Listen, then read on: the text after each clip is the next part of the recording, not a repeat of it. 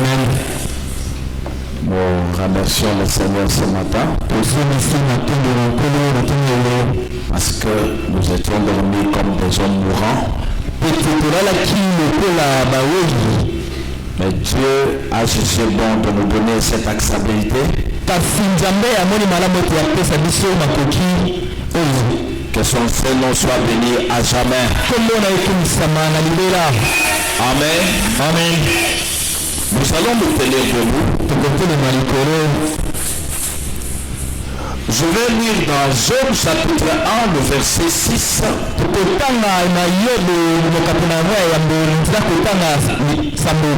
La parole de Dieu nous dit ceci. Or le Fils de Dieu vint un jour se présenter devant l'Éternel.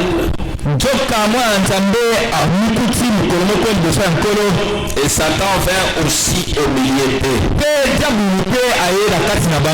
L'Éternel dit à Satan, d'où vient-il? Satan répondit à l'Éternel de parcourir la terre et de m'y promener. L'Éternel dit à Satan, tu remarquais mon serviteur Job? Il n'y a personne comme lui sur la terre. C'est un homme intègre et droit qui craint Dieu et s'écarte du mal.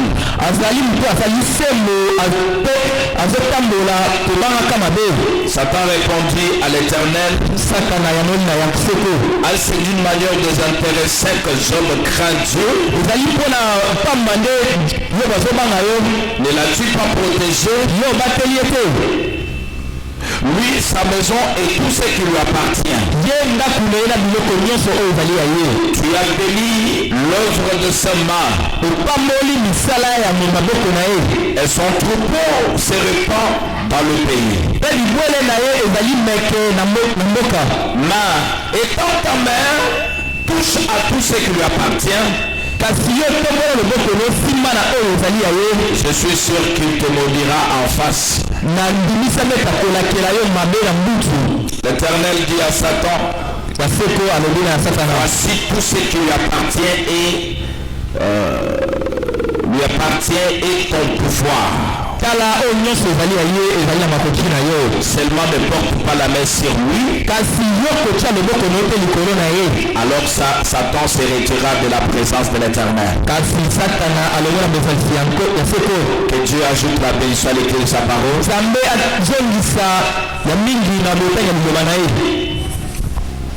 Je vais parler ce matin sur le ministère de Job ou les épreuves.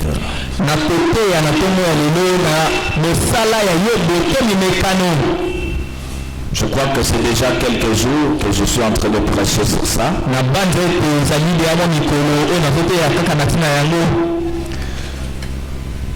Si ta vie n'a pas des épreuves, tu n'es pas un enfant de Dieu. Si vous avez compris, dites amen. Croire en Dieu, cela ne vous n'écarte pas les épreuves dans ta vie. Par contre, croire en Dieu, cela te rapproche de plus près de tes épreuves. Les gens disaient, le prédicateur qui nous avait enseigné, ce sont eux qui nous avaient mal enseigné. On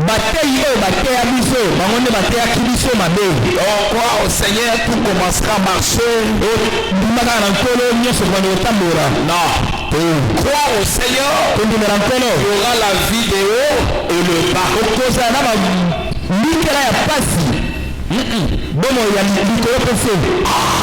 Tantôt ça marche, tantôt ça ne marche pas. Quand nous venons dans la présence, c'est pour qu'on puisse nous enseigner quand nous serons devant les épreuves.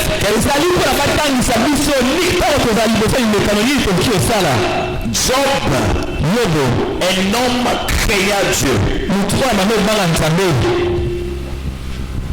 Un homme digne.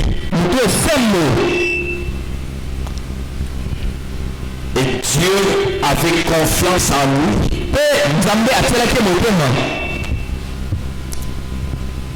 Satan dit c'est d'une manière désintéressée qu'il te craint.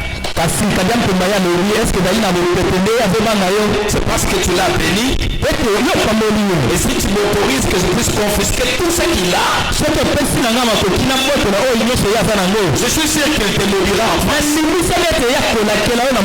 Et Dieu vous bénisse. Tu dois être un enfant de Dieu même quand ça marche, même quand ça ne marche pas. Nous avons dit frère Abraham ce jour-là. Abraham dit que Dieu ne nous a pas promis un lit fleuri.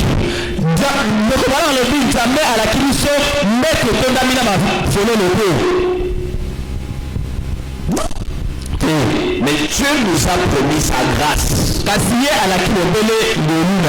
Quand je serai malade, tout le monde m'a abandonné. Dieu m'a promis sa grâce. Tout le monde m'a abandonné. Je n'ai plus quelqu'un qui peut penser à moi. Dieu m'a promis sa grâce. Grâce de Dieu est plus fort que tout ce que les gens peuvent te donner. Si vous avez compris, dites amen. Que les gens t'abandonnent, que tout le monde parle mal de toi, mais que Dieu ne t'abandonne pas. Car quand les gens t'abandonnent, Dieu peut te donner d'autres hommes qui continueront à te soutenir. Je vais vous dire quelque chose.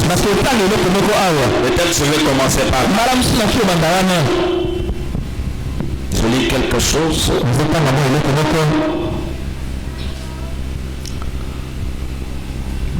Frère Branham dit ceci. Il dit dans un homme appelé de Dieu, Matthieu le 5.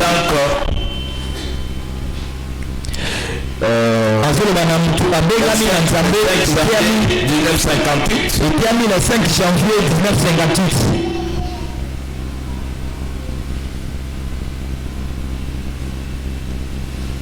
Paragraphe 40, excusez-moi.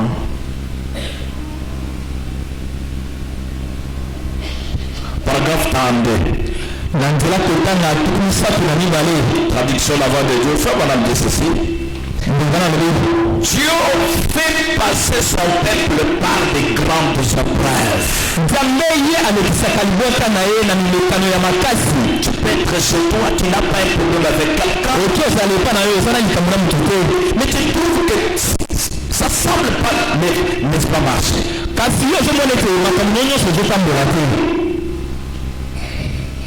Ta santé a toujours des problèmes.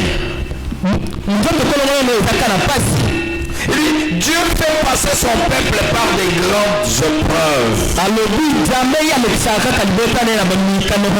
pour purifier parfois.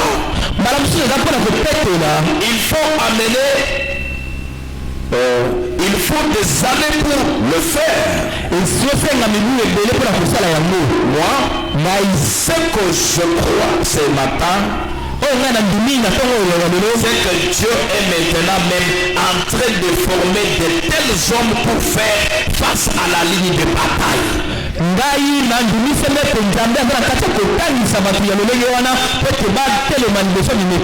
Que Dieu vous bénisse.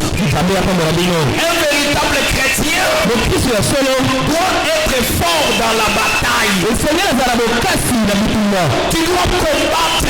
Tu dois te tenir serré dans les efforts de bataille. Oh, tu vois, un petit problème.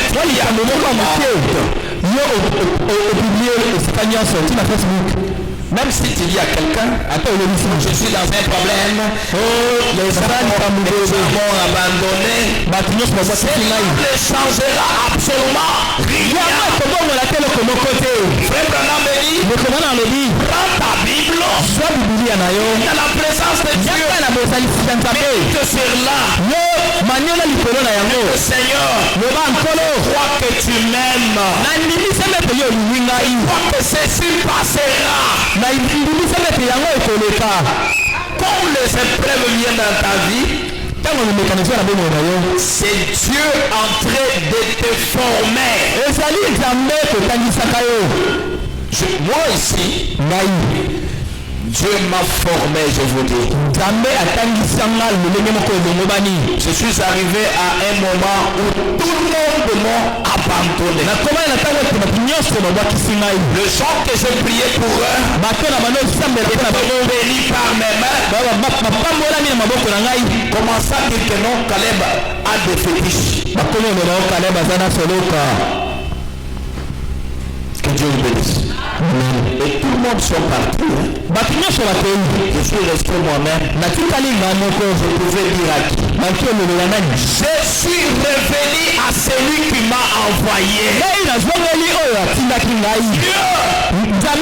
Ils sont partis. Mais je crois que tu peux créer encore d'autres personnes pour la continuité. Que Dieu vous bénisse. Quand celui-là ferme sa porte, quand celui-là ferme sa porte, Dieu a la capacité d'ouvrir même deux portes ailleurs. Mais aujourd'hui, nous continuons à vivre. Nous continuons à vivre. Jusqu'à présent, on continue à vivre. Aucun homme n'a un mot, le dernier mot dans ta vie. Si c'est que Dieu vous bénisse. Dieu doit te former par des épreuves. Depuis il n'a pas la moisson. Depuis il n'a pas l'art. Non.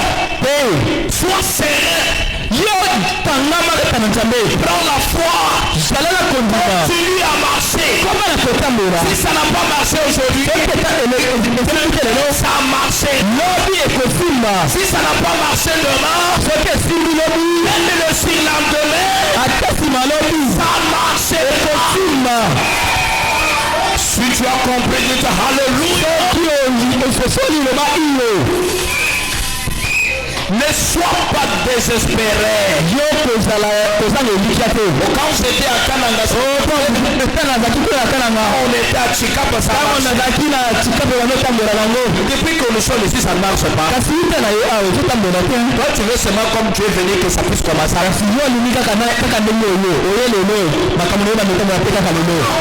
Tu dois d'abord souffrir jusqu'à tel point que tu découvriras tous les coins de la ville.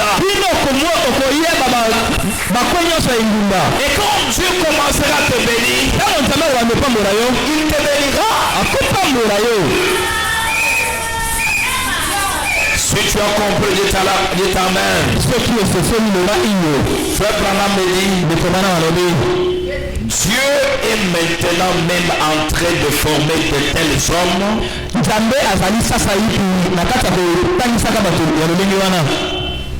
pour faire face à la ligne de bataille. Des hommes qui passent au travers, qui de fois sont secoués jusqu'à perdre le pied.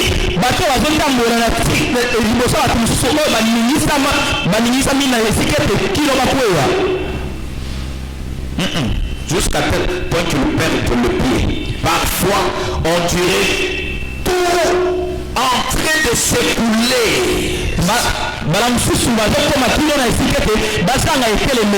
Pourtant, au milieu de tout ça, ils connaissent Dieu vivant. Alléluia. Amen. Quelle est la grâce de cet homme-là pendant qu'il dort affamé dans ses nuits?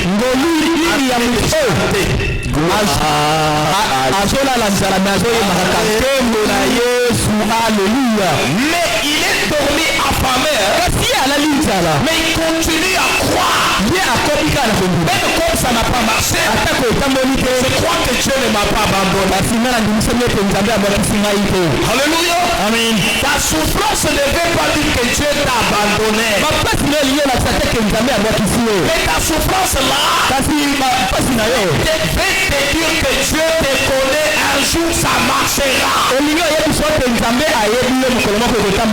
Alléluia. Amen. Si tu as compris, je te gloire à Dieu. Dans la souffrance, dans la maladie, tu continues toujours à croire. Je fais le Dieu de Caleb confiance. Je vais vous dire quelque chose. Changer l'église ne te fera rien. Oh non, je vois. J'ai vu d'autres personnes quitter cette église. On ne m'a pas donné la prophétie qu'on me donnait ailleurs. On peut être ici. On te donne des prophéties, des recommandations, mais Dieu ne te connaît pas. Amen. Amen. Même s'il y a la prophétie, s'il n'y en a pas, que la souffrance continue. Toi, reste dans la parole. Un jour, la parole créera dans ta vie. Ce qui crée, ce n'est pas la prophétie. Ce qui crée, c'est la parole dans ta vie. Alléluia. Amen. Restons serrés dans la parole. Restons fidèles à notre église.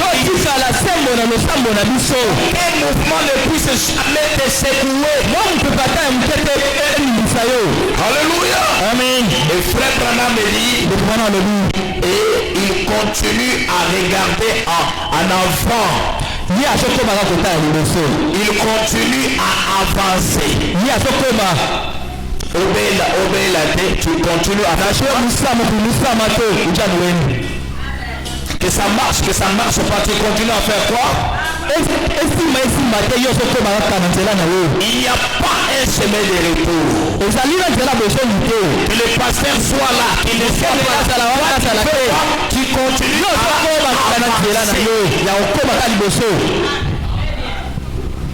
Emmène-moi bien. Je vous dis encore quelque chose.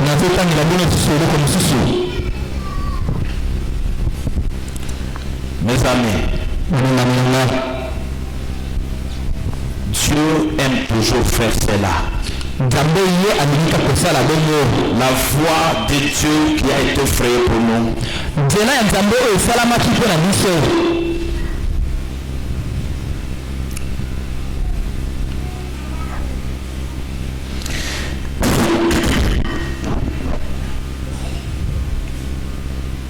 La voix de Dieu qui a été faite pour nous.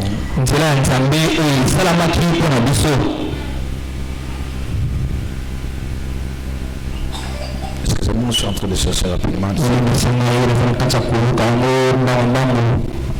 Ça, c'est pas mon téléphone. Hein?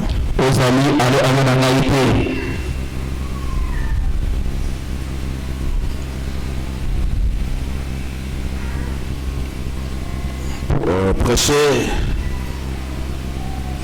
Ici on a donné date 009-1952, paragraphe 18.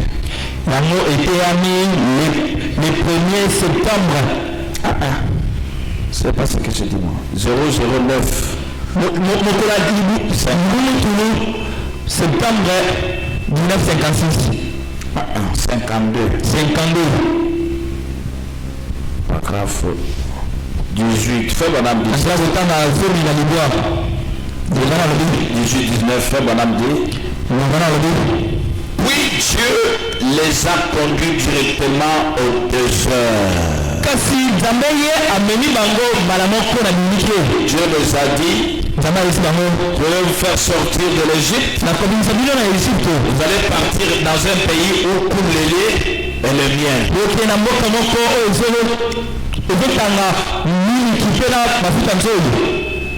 Sortant fraîchement de l'Égypte, Dieu ne les conduit pas à une autre place. les conduit au désert. Là où il n'y a même pas de l'eau.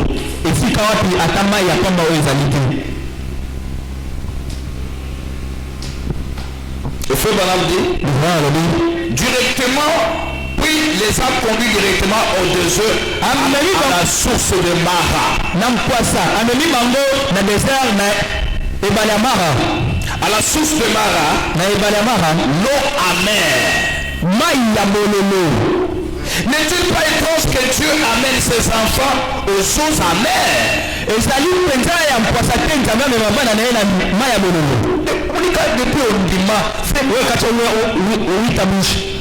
Vous voyez que ça ne marche pas. Quand j'étais dehors là, quand je voyais du vin là, quand je prenais de la gomme, ça marchait. Et que je crois vraiment ça marche pas. Oui, c'est Dieu qui t'amène à ces eaux d'amère. Pour voir ta position, tu verras. Continuera à croire ou quoi? Un chrétien qui prie au délivrance tabernacle, à cause des difficultés, on te voit, c'est mon église et pas mon église. Tu commences à transporter de l'eau.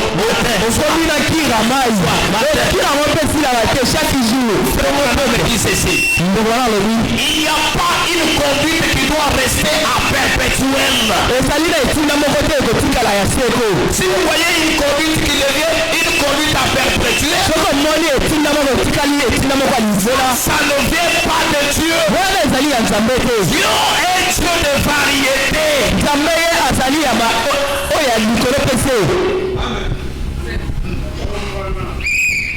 Bon voilà, ça dit allons là à côté là, allons là et nous changer l'oignon se maille.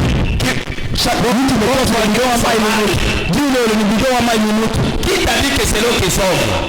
L'on ne fera absolument rien. Mais Branham dit, au temps de la fin, la guérison sera à nous-mêmes.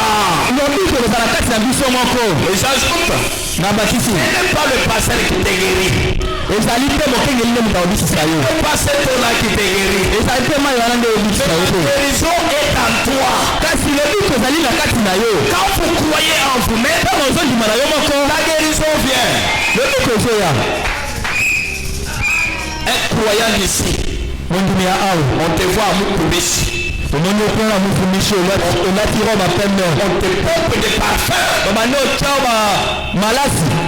On t'enlève le cheveu à cause des souffrances. Bien aimé, tu étais né, tu avais des habits. Tu es venu sans habits. Si Dieu veut te donner, te donne. Dieu ne veut pas te donner. Et si tu vas où tu n'en trouveras pas. Frère Branham, les choses de Dieu se font automatiquement. Si Dieu veut te bénir, il ne forcera rien.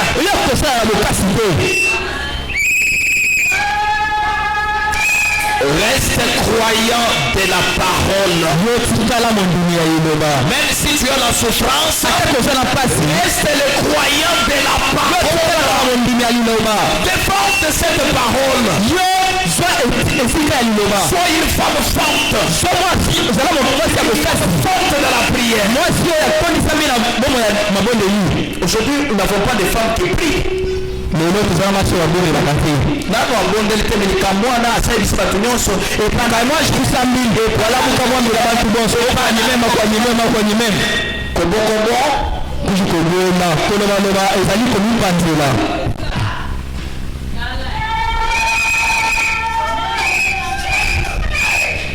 Dieu Nzambe ne les a pas conduits à une autre vie. Mais il les a conduits à une eau amère. amer. Et Dieu a toujours fait comme cela. Et frère Branham dit, n'est-il pas étrange que Dieu amène ses enfants aux eaux amères? Mais il nous a avancé tous sur la route. Il était là. La remède contre les eaux amères s'est trouvée sur la rive.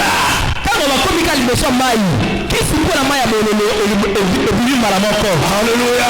Amen. Quand la maladie viendra, ne raisonne pas.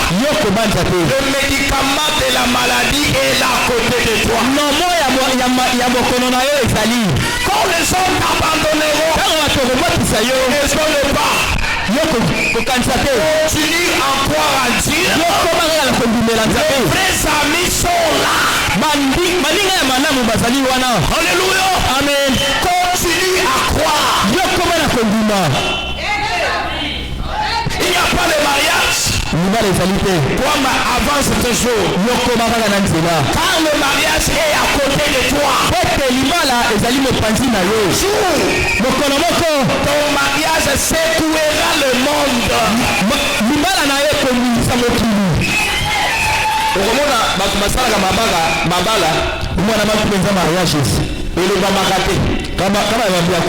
Mais il y a eu Batunyo sur Bakolo Bayango. Et pour la papa. Dieu fait comme ça. Moïse a coupé un arbre et jeté dans l'eau et elle est devenue douce. Et Branham dit, certains passent par les eaux. Certains passent par des fléaux. Certains passent par des dures épreuves. Liban les a quittés à Suliban.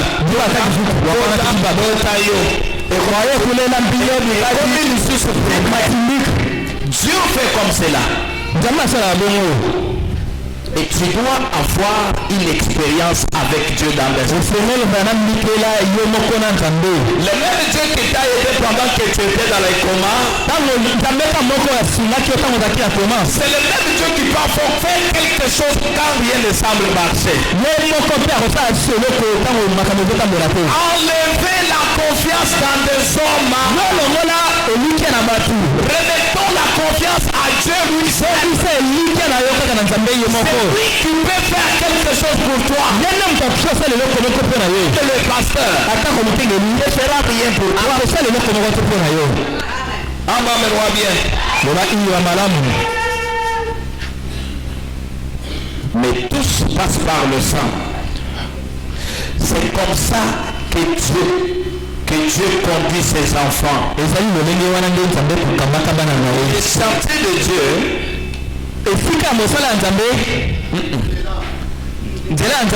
19. Le sentier de Dieu, la voie pourvue par Dieu. Si les enfants d'Israël avaient un temps, soit peut chercher à dévier, à contourner par ce chemin-ci, ils auraient eu des ennuis. Il leur fallait suivre la nuée de feu. La colonne de feu qui les c'est là qu'ils le suivaient. Même quand rien ne semble marcher, la colonne de feu est au-dessus de toi. Amen. Amen. C'est là que conduit seulement aux eaux amères. Ne cherche pas à contourner. Non. Rabaissez-vous. Dites Seigneur, aide-moi. Quand les gens ne t'aiment plus, le mari dans ta maison ne t'aime plus, ta femme ne t'aime plus. Toi, qu'est-ce que tu dois faire? Que je sorte de ces mariages? Non. Reste là. Continue à prier.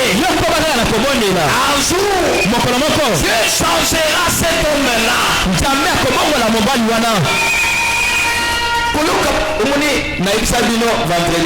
Le mercredi. Quand vous avez un problème, ne cherchez pas les idées aux hommes.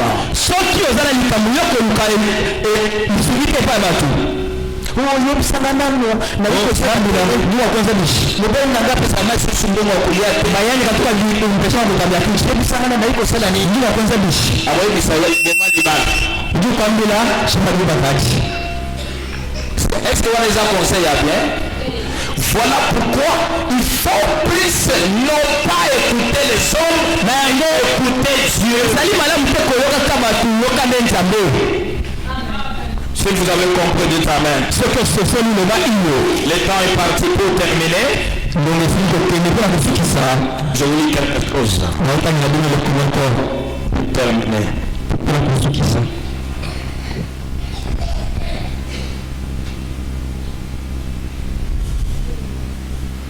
Les mémoriaux de Dieu prêchés le 18 8 au 19 57.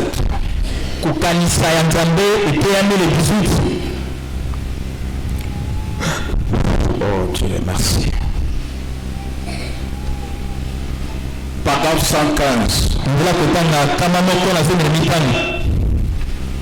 Fabana me dit ceci. Le feu ne fait que l'arroser.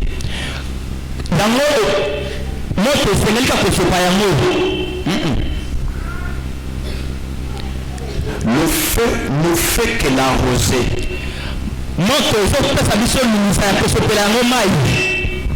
Il ne fait que nous donner un nouvel espoir. Il ne fait que le fortifier. Chaque épreuve, chaque texte, chaque fois qu'il nous révèle devant sa bassine et l'arbre,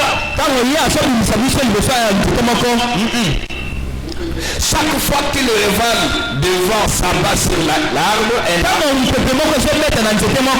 les balance d'un côté à l'autre, d'un côté à l'autre, cela ne fait que dégager le racine pour qu'il puisse s'enfoncer plus et mieux s'accrocher. Chaque fois que la maladie frappe votre foyer, chaque fois que l'épreuve frappe votre foyer, chaque fois que les voisins disent du mal de vous, ça ne fait que vous secouer pour que vous puissiez vous dégager. Le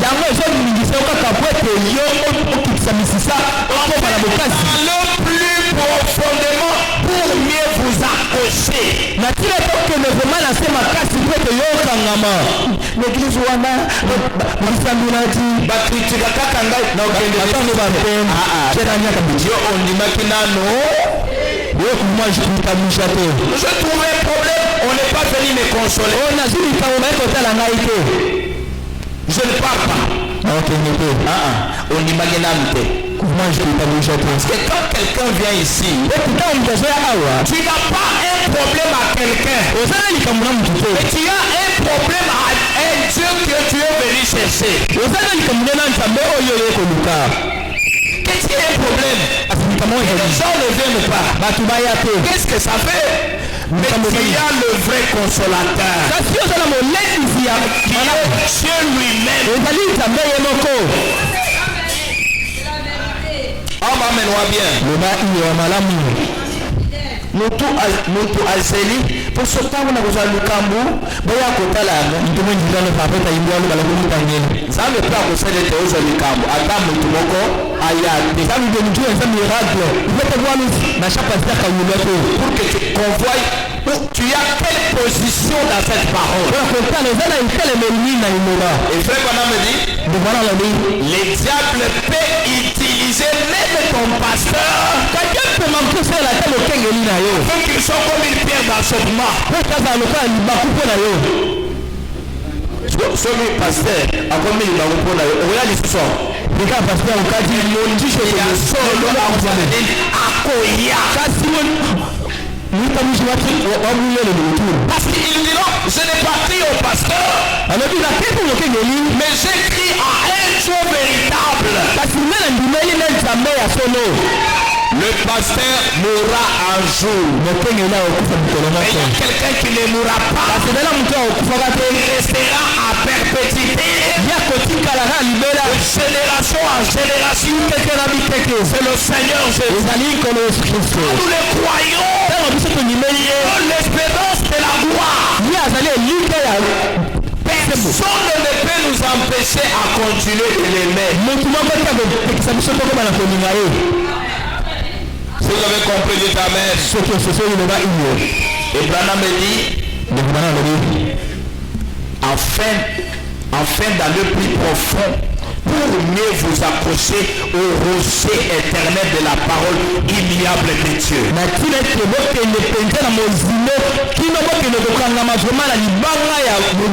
C'est comme ça que Dieu a fait. Il envoie ses épreuves pour vous tester, pour vous mettre à l'épreuve, afin de vous secouer et vous donner un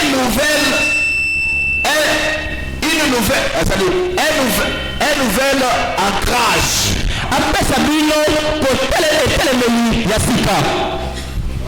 Oui, ndio kuna bana basana bambili batala na yote bana ni makutambu na kama makuta nini ne me maudissez pas ona kila mama mabeke et continuez à prier pour eux kasi yo komba kana kongondo na pona bango mukolo mako ils parviendront à commencer à te donner des gens comme le petit monde que Dieu vous bénisse jamais comme rabino acceptez les épreuves dans la vie bon dimameme kana na bomo kusala mutu nyesu kama mutu nyesu alibaka malamu na yo wana asa mutu ya bien wana il faut que tout le monde puisse même parler en mal de toi et Seigneur batu nyesu balo na maboko na yo et accepter cela yo ndima yango frère Branham dit les épreuves sont de l'or pour nous acceptez ça mais quand tu te retrouveras dans l'épreuve continue à payer et Dieu tiens-toi debout tiens-toi debout fils Samuel Okwame tiens-toi debout.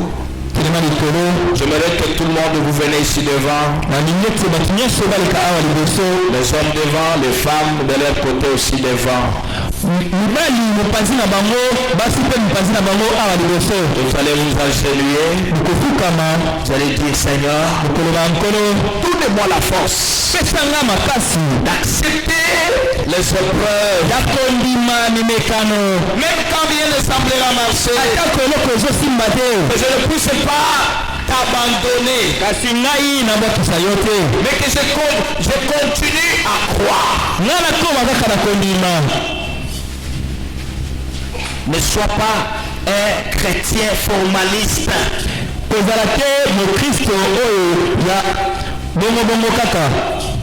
Quand ça ne marche pas, là maintenant il fait oh Dieu, mais quand ça marche, il quitte la présence de Dieu. Lève bien les mains. Ferme les yeux. Tu dois commencer à parler au Seigneur. Prions le Seigneur.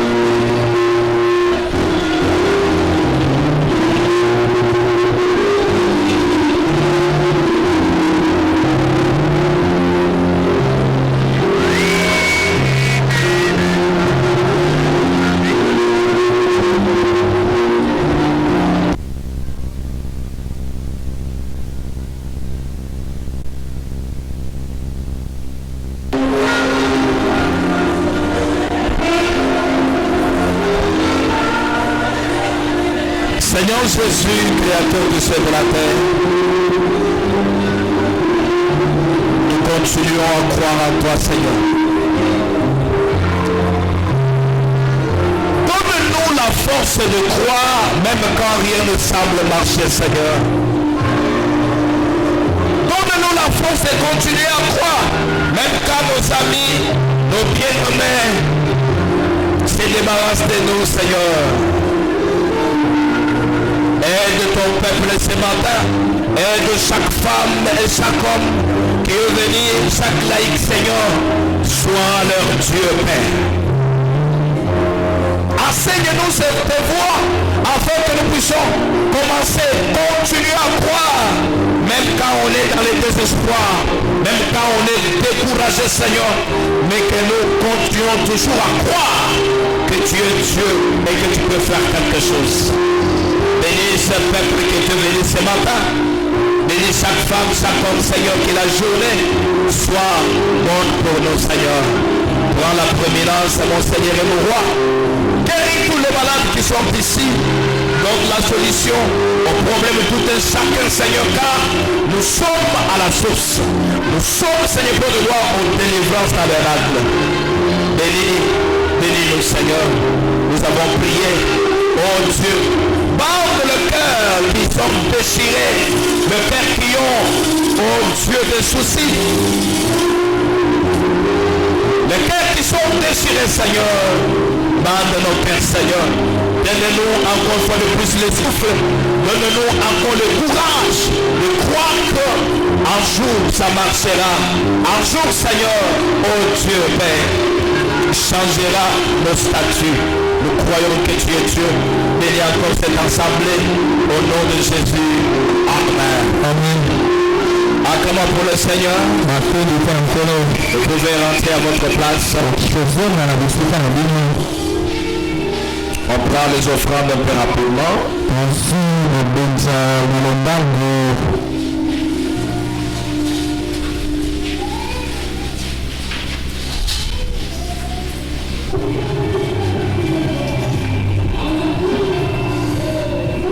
On prend les offrandes.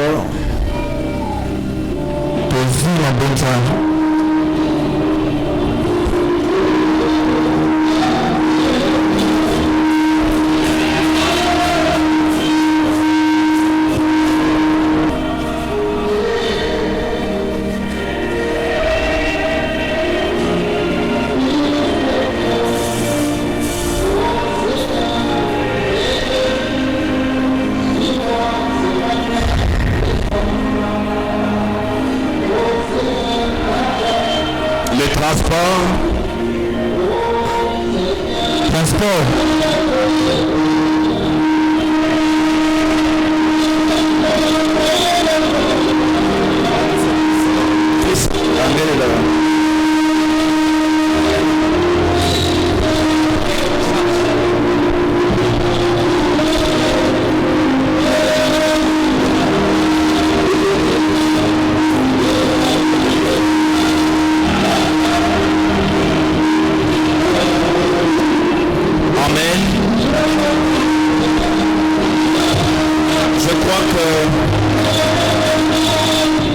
Nous avons la prière ce soir, la nuit de 20h à 4